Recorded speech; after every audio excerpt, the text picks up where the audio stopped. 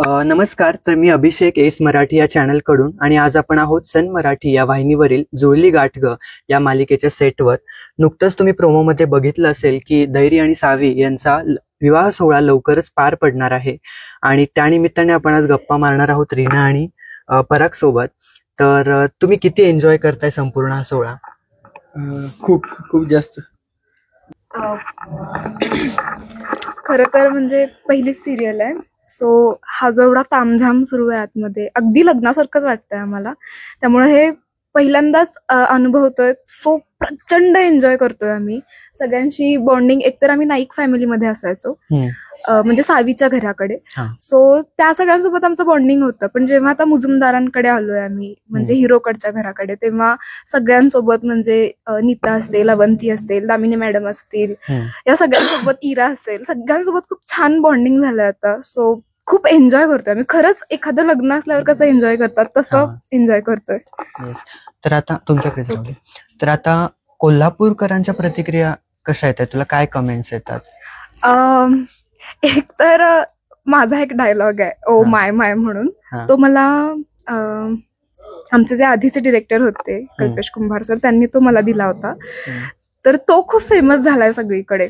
त्यामुळे मला कमेंटमध्ये तर खूप की प्लीज रीना एकदा ओ माय माय किंवा एखादी पोस्ट केली तर तो डायलॉग खूप आवडतो लोकांना. त्यानंतर आमची जोडी फार आवडते, पराग आणि रीना. सो त्यासाठी पण, कारण आमची अशी टॉम अँड जेरी सारखी भांडणं असतात, आम्ही सतत सावीच्या मागे मागे असतो. सो मित्र असावेत तर रीना पराग सारखे. सो हे असे बरेच छान कमेंट्स येत असतात. तर ही तुझी पहिली मालिका आहे असं तू बोललीस, तर ही मालिकाच्या मागे म्हणजे तुझं ही मालिका कशी भेटली तुला? एकतर पहिल्यांदा ऑडिशन दिली होती आणि मी एका व्यक्तीचं नाव आवर्जून घेईन, म्हणजे सचिन वारके सर. आता ते इथे नाही आहेत, पण त्यांनी मला फोन करून तेव्हा इथं बोलवलं होतं सेटवरती. ऑडिशन देऊन बरेच दिवस झाले होते आणि एक 15 ते 20 दिवस आय थिंक झाले असतील. आणि त्याच्यानंतर अचानक मला त्यांचा फोन आला की तू ये म्हणून इथे सेटवर. सो मी आले, ऑडिशन पुन्हा घेतली माझी इथे, लुक टेस्ट वगैरे सुरू होती आणि मला काहीच कल्पना पण नव्हती की आपलं होईल कास्टिंग किंवा नाही होईल. मी जस्ट ठीक आहे दिली आणि इकडे सिरियलचं शूटिंग सुरू होणार होतं दुसऱ्या दिवशीपासूनच. सो मला अचानकच त्यांनी सांगितलं की ठीक आहे, उद्या तुला 6चा कॉल टाइम आहे आणि तू ये या ठिकाणी लोकेशनला आणि आपण उद्या प्रोमो शूट करतोय. म्हणलं म्हणजे झालं कास्टिंग? म्हणजे मला असं सुरुवातीला असं हेच नाही झालं की ते देतात ना की तुमचं कास्टिंग झालेलं आहे, तुम्ही हे कॅरेक्टर करताय. सो तो आनंद मला तेव्हा नाही घेता आला. नंतर जसं मी शूट करत गेले तेव्हा ते मी म्हणजे फील होत गेलं की अरे आपण काहीतरी करतोय. नाहीतर मला असं वाटलं 2 दिवस असेल आणि आपण जाऊ. मग नंतर वाटलं 15 दिवस असेल मग आपण जाऊ. मग वाटलं महिनाभर असेल मग आपण जाऊ. पण तेवढा प्रवास आता 6-7-8 महिने आता होत आले, तर तो एवढा होईल असं मला तेव्हा वाटलंच नव्हतं. तर खूप खूप अनपेक्षित होतं हे सगळंच. तर ओम, पुढचा प्रश्न माझा तुझ्यासाठी आहे. तुझ्या रील्स तर आम्ही सगळेच बघतो, फक्त कोल्हापुरातच नाही तर महाराष्ट्रात पूर्ण प्रसिद्ध आहेत आणि व्हायरल होतात. तिकडून तर तुला लोक भरपूर प्रेम करतात, ॲज अ कॉमेडी रील करतोस तू. इकडचा अनुभव कसा होता सेटवरती काम करताना? ही तुझी पहिली मालिका आहे, याबद्दल लोकांच्या प्रतिक्रिया कशा प्रकारे असतात? हे सगळ्यांना आता मालिका पण आवडायला लागली आणि त्यातलं आमच्या दोघांचं काम पण आवडायला लागले लोकांना. सुरुवातीला मला वाटलेलं नव्हतं की म्हणजे एवढं चांगलं काम होईल. कल्पेश सरांनी आमच्याकडनं सगळं करून घेतलं काही नाही येत असताना. म्हणजे आता सुरुवातीचा पहिला एपिसोड बघितला आणि आत्ताचा बघितला तर खूप फरक आहे. माझ्यात तर खूप फरक पडला. म्हणजे कायच येत नव्हतं मला सुरुवातीला. मग आता ते कॉमेडी वगैरे आम्ही करतोय सिरियल मध्ये, रील मध्ये, ती आता लोकांना पण फार आवडायला लागले आणि इम्प्रोव्हाइज करायला शिकलोय आता हळूहळू. सेटवरचा असा एखादा किस्सा आहे का जो तुम्ही आतापर्यंत विसरू शकत नाही किंवा कधीच विसरू शकत नाही? असे खूप घडत असतील, पण असा एखादा?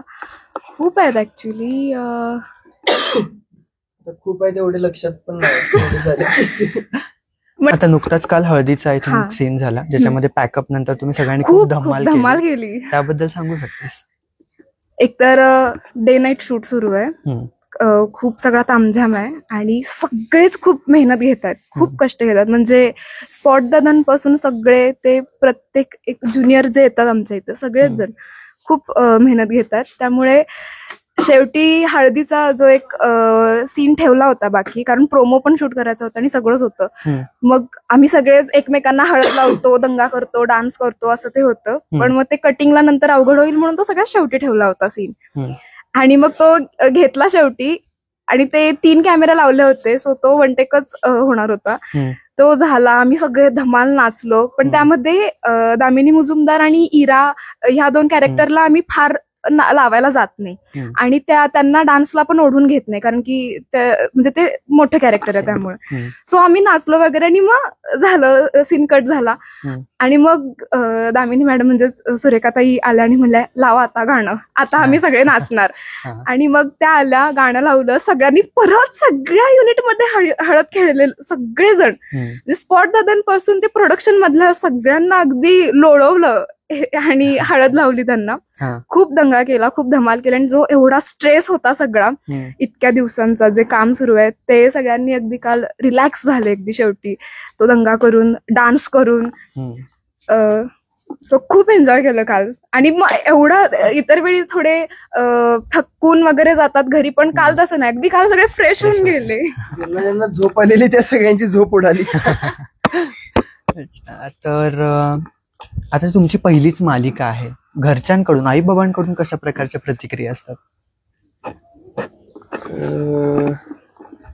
सुरुवातीला सपोर्ट नव्हता, आता फुल सपोर्ट आहे. अरे वा. सगळ्यांना, घरातल्यांना पण आवडते, पूर्ण कुटुंब बघते सगळं मालिका. घरचे तर खूप खुश आहेत, सगळ्यांना काम आवडतं.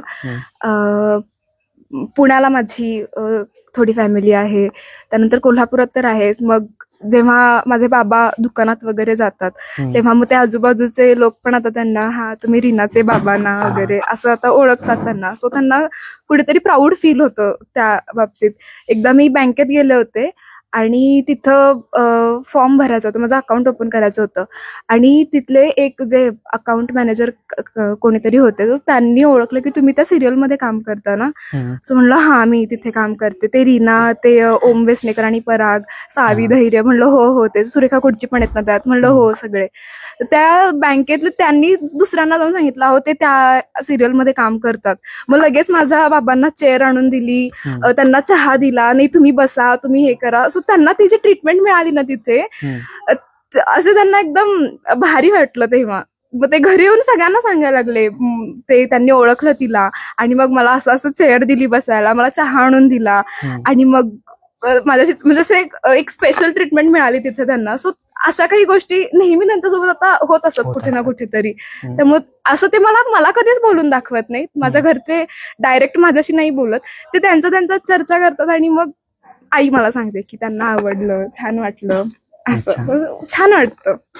आता तुमच्या दोघांचे सीन्स भरपूर असतात, तर तुम्ही सीनची प्रिपरेशन कशी करता?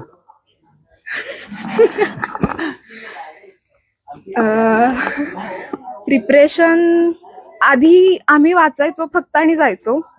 मग आम्हाला सांगायला लागले की असं नका करू, इम्प्रोवाइज करा. मग त्यानंतर आम्हाला सीन मिळाला मेकअप आम्ही पाठ करून घेतो आधी आणि मग रेडी झाल्यानंतर मग वेळ असेल तर पटकन एकत्र बसून आपण इथं हे घेऊया, आपण इथं ते करूया, थोडंसं अजून काय करता येईल, मूड एकदा समजला सीनचा की मग आम्ही ते डिरेक्टर सरांशी बोलतो की हे असं आम्हाला करायचंय आणि सर कधीच नाही म्हणत नाहीत, सो करा तुम्ही ते. सो अशा प्रकारे करतो प्रिपरेशन्स. येस. तर आता प्रेक्षकांना देखील तुमचे कॅरेक्टर्स खूप आवडत आहेत आणि आता हा लग्नाचा सिक्वेन्स चालू आहे. सो लोकांना प्रत्येक प्रोमो स्टार्टिंग फ्रॉम मेहंदी, हळद असेल आणि आता लग्नाचाही प्रोमो टेलिकास्ट झालेला आहे, तो देखील प्रचंड आवडतोय. आपल्या लाडक्या प्रेक्षकांना तुम्ही काय सांगाल? काही कळलं नाही मला.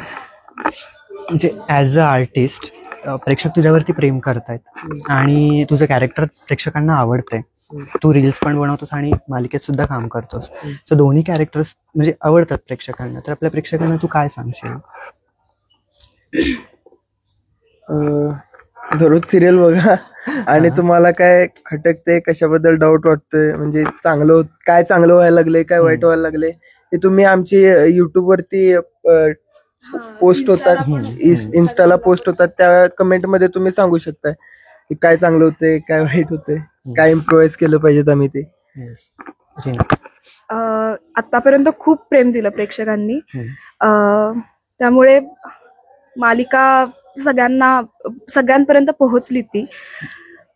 असं नाही की फक्त हिरो हिरोईनच, प्रत्येक कॅरेक्टर असेल, म्हणजे इरापासून अगदीच आमचे भाऊ केतन दादा, दीपा, ह्या सगळ्यांनाच प्रेक्षकांनी खूप प्रेम दिलंय. आणि प्रत्येक आम्ही कमेंट्स वाचत असतो सगळ्या प्रेक्षकांच्या. सो जसे जसे आम्हाला कमेंट्स येत असतात, जे कौतुक होतं त्यासाठी थँक्यू, आणि काही काही आम्हाला त्रुटी सांगत असतात. सो आम्ही त्याच्यावर वर्क करण्याचा पण प्रयत्न करत असतो. तर असंच हे रिलेशन मेंटेन राहू नेहमी, आणि तुम्ही कायम बघत राहा. सगळ्यांची खूप इच्छा होती प्रेक्षकांची की सावी धैर्याचं लग्न कधी होतंय, खूप खूप वाट बघत होते सगळे. तर सो फायनली ती होतंय आता. त्यामुळे सगळ्यांनी नक्की बघा, आवर्जून बघा, आणि लग्नानंतर सुद्धा खूप धमाल असणार आहे पुढे. सो तेही बघत राहा नक्की, आणि असंच प्रेम करत राहा सगळ्यांवर. तर एक आपण छोटासा रॅपिड फायर राऊंड घेऊया, दोघांनी एकत्र उत्तर दिलं तरी चालेल. चहा की कॉफी? कॉफी. चहा. गोड की तिखट? तिखट. ओके. कोण लवकर तयार होतं सीनसाठी? मी. हा ठीक आहे. म्हणजे लेडीज मध्ये मी होते फर्स्ट. ओके. महत्वाच्या डेट्स कोण विसरतं? हाच असेल. मी कधी कुठल्या काय विसरत नाही. मी पण नाही विसरत. तू खरं विसरायची जास्त सवय तुला आहे, त्यामुळं ते असणार. ठीक आहे, दोघेही नाही विसरत. फोनवरती जास्त कोण असतं? हा. ओके. सेल्फीज काढायला कोणाला जास्त आवडतात? मला. ओके. आता तुमचं हे सकारात्मक पात्र आहे, पॉझिटिव्ह पात्र आहे. निगेटिव्ह पात्र करायला आवडेल का? नक्की. आवडता डायलॉग कोणता आहे? तुझा तर हा. ओ माय तोच आहे. माय. तुझा असं तसं काय नाही. असं स्पेसिफिक काही नाहीये. नाही. ओके, ठीक आहे. एक मिनिट. येस, तर खूप छान वाटलं या दोघांशीही गप्पा मारून, आणि यांनी केलेली धमाल आपण सावी आणि धैर्यकडून पण ऐकली, विलास भास्करकडून पण ऐकली. त्यामुळे यांनी जेवढं ऑफस्क्रीन धमाल केली तेवढीच ऑनस्क्रीन धमाल पण केलेली आहे, आणि हे आपल्याला येणाऱ्या काही भागांमध्ये नक्की पाहायला मिळणार आहे. त्यामुळे रात्री 8:45 वाजता सन मराठीवर जुळली गाठ ग ही मालिका बघायला विसरू नका.